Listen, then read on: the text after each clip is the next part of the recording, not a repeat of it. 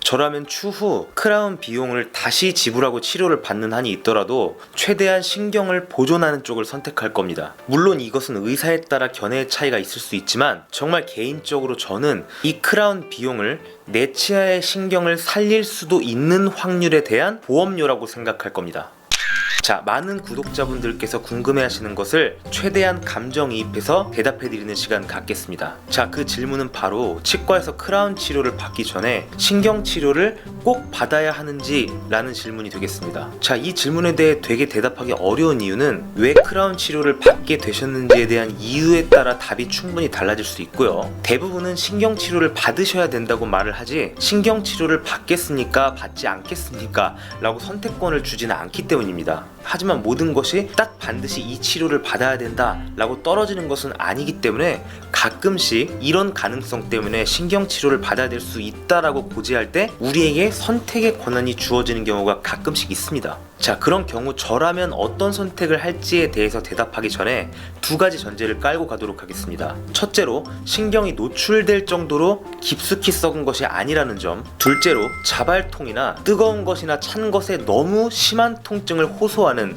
즉 비가역적 치수염이 아니라는 전제가 되겠습니다. 자, 우선 여러분들이 신경치료를 받겠다는 것은 크라운 치료 전에 치아 안에 있는 신경을 최대한 없애서 감각을 느낄 수 있는 소지를 아예 차단해버린다는 뜻이 될 것이고, 신경을 살려두겠다는 것은 신경치료를 받지 않고 크라운 치료를 받겠다는 것을 의미하는 겁니다. 내 신경을 온전히 살려두는 것이기 때문에 당연히 온도나 기타 자극에 대해서 감각을 느낄 수 있는 상황이라고 보시면 되겠죠. 자, 근데 그게 선택에 있어서 왜 중요한 문제냐고요? 왜냐하면 신경치료를 안 하고 크라운 치료를 했다가 환자분들의 어마어마한 원성의 소리를 들을 수 있기 때문입니다. 크라운 치료를 받기 위해 반드시 거쳐야 될 과정이 있죠. 그것은 바로 치아를 얇게 돌려 깎는 일입니다. 왜냐하면 크라운을 씌울 공간이라는 것이 필요하기 때문이죠. 하지만 우리 치아는 정말 몇 미리에 따라서도 예민함을 느낄 수 있는 것이고 그 정도가 사람마다 다 다릅니다. 자, 환자분들이 크라운 치료를 위해 비용을 지불하면서 기대하는 것은 뭘까요? 내 치아가 안 깨지게 최대한 보존해주고 그리고 아프지 않음을 느끼는 것을 기대할 겁니다. 그런데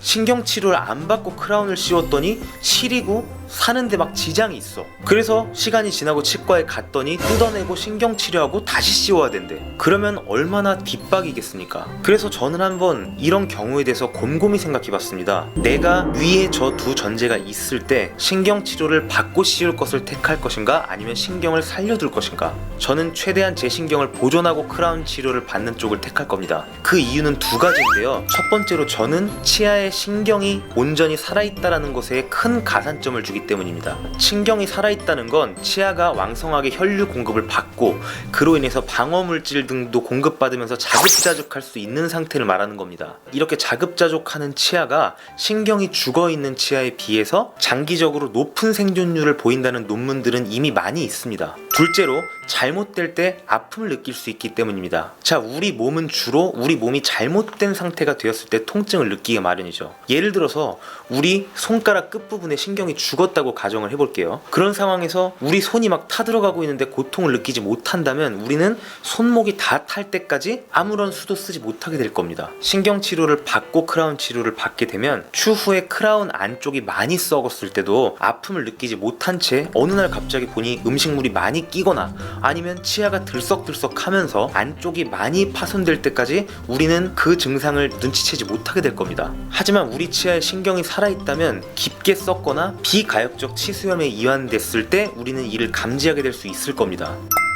저는 위에 두 가지 이유 때문에 신경을 최대한 보존하고 치료를 받는 쪽을 택하겠다는 개인적인 생각인 거지, 사람마다 생각은 다 다르니까요. 만약에 나는 치아 때문에 아플 가능성이나 크라운을 다시 치료받는 과정에서 비용을 지불할 가능성을 최대한 없애고 싶다면 신경치료를 받고 크라운 치료를 받는 것도 충분히 의미가 있다고 생각합니다. 그 분들에게는 그게 정답이기 때문에 저는 환자분들에게 최대한 설명은 드리되 최종 선택은 환자분들께 하도록 말씀을 드리고 있습니다. 물론 시간이 흐르고 저의 생각도 달라질 수 있을 것입니다. 하지만 적어도 지금까지 저의 생각으로는 처음 위에서 말씀드린 두 가지 사항에 해당되는 것이 아니라면 내 치아의 신경을 살려둠으로써 내 치아의 수명을 높일 가능성이 높다라는 거에 가산점을 주기 때문에 이에 대한 보험이라고 생각하고 신경을 최대한 살려두고 크라운 치료를 받는 쪽을 선택할 겁니다. 그럼 좋아요. 신경을 살려두고 크라운 치료를 받았는데 시리면 어떡하나요?